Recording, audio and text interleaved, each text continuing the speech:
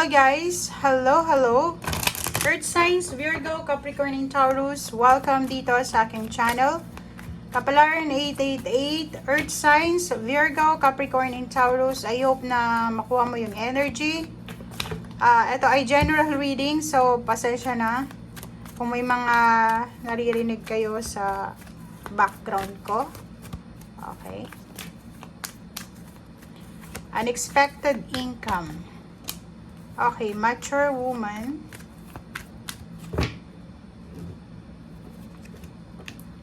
Okay, main male. Okay, earth signs. 3 cards natin. Number 1, 27. 9. Number 6.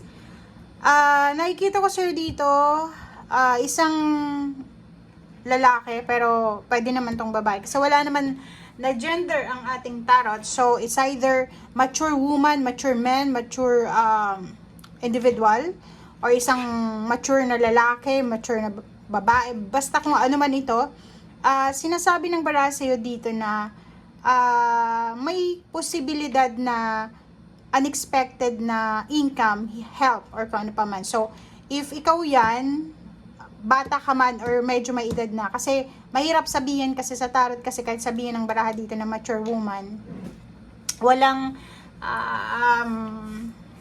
gender siya, hindi natin na kung woman yan or man. Okay, so may posibleng tulong pinansyal, unexpected help or unexpected blessings from someone. Okay, someone na lang, pwedeng manliligaw, pwedeng boss mo, pwedeng kakilala, or kung ano man ito. So, pwedeng may nangangailangan ng serbisyo mo sa araw na ito.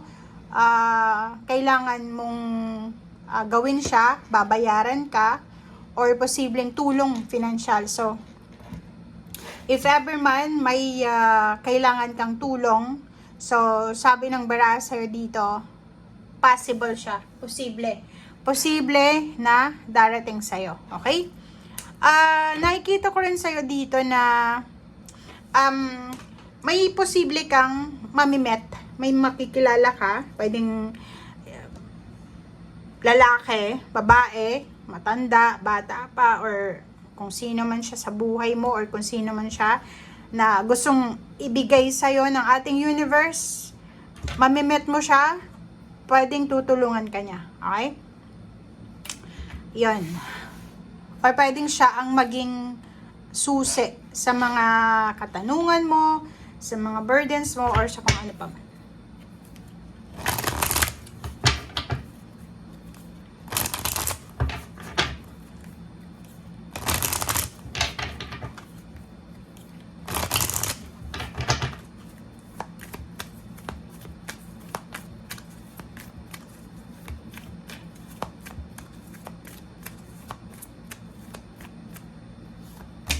Okay, protect your dreams, magical blessings, light, and purity.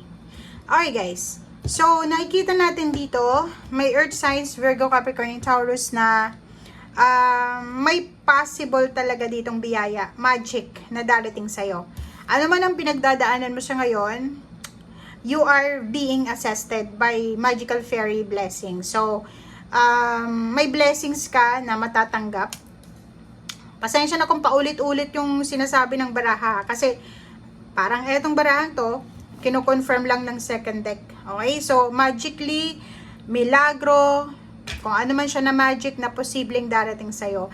And nandito yung Fairy of Light. So, sinasabi ng baraha sa'yo dito na yung current situation mo ay hindi yan yung final destination. Okay?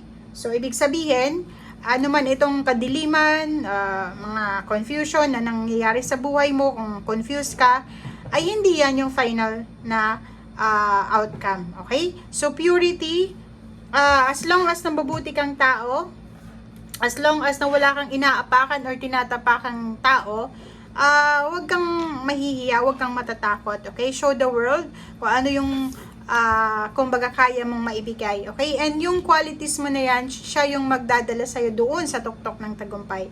And protect your dreams. Okay? So, may mga pangarap ka sa buhay, may mga gusto kang ma-manifest na sinasabi ng barahan na pwedeng mo siyang ma-manifest depende sa kung ano yung kagustuhan mo. Okay? Kasi 'di ba, minsan nawawala na ng pag-asa yung mga tao. So instead na proteksyonan yung dreams, hindi nila magagawa or nagagawa kasi nawala na sila ng gana, nawala na sila ng kumbaga lakas loob.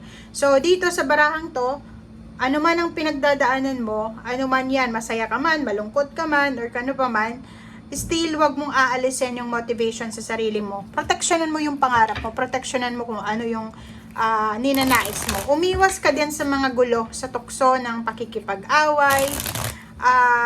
I-welcome mo lahat, good news lang. Okay? Risky decision, ang dami-daming mga risky decision regarding money. Ang nakikita ko sa'yo dito na pwedeng pumasok sa buhay mo. So, i-welcome mo sila.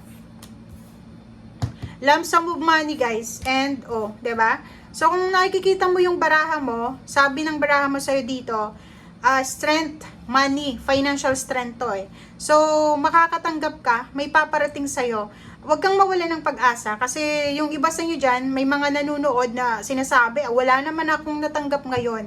Yung reading natin guys is 3 days, 3 weeks, even 3 years 3 months. Okay, so lump sum of money, financial strength, ang posibleng darating sa'yo, pwedeng siya yung magical blessings mo dito, yung parating na pera ay ganyan. Okay, so sumunod ka sa sinasabi ng intuition mo. So nandito yung high priestess, so ibig sabihin hidden pa siya. So mismo habang nanonood ka sa ngayon, wag mong isipin na ngayon mismo darating yung limpak-limpak na salapi. Hindi. Pwedeng dumating siya sa hindi mo inaasahang pagkakataon, sa unexpected na pangyayari. Trabaho. May mga hidden na offer of job, mga hidden na financial new beginnings ka na posibleng matanggap. Nakikita ko sir dito, pagod na pagod ka na. Pagod na pagod ka na, exhausted, nawawalan ka na ng gana. But nandito yung the sun, and wow, nandito din yung Ace of Pentacles. So, sinasabi sa'yo dito, huwag kang mag-alala kasi kung nasa restricted kang situation, financial restriction siya, yung trabaho ka ng trabaho, wala ka namang naiipon.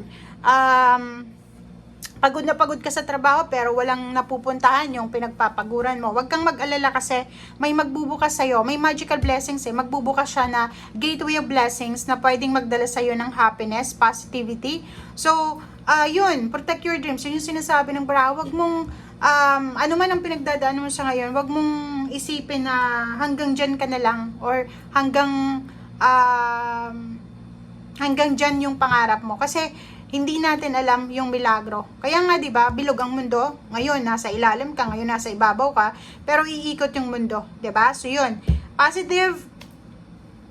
Sinasabi ng baraha na isang positive news ang posibleng darating sa'yo na magbubukas sa'yo sa financial strength, new beginnings, or kano pa man, na pwedeng makaalis ka sa sitwasyon na restricted, abandonado, or pwedeng stagnant or indecisive. Okay? Thank you guys. Bye!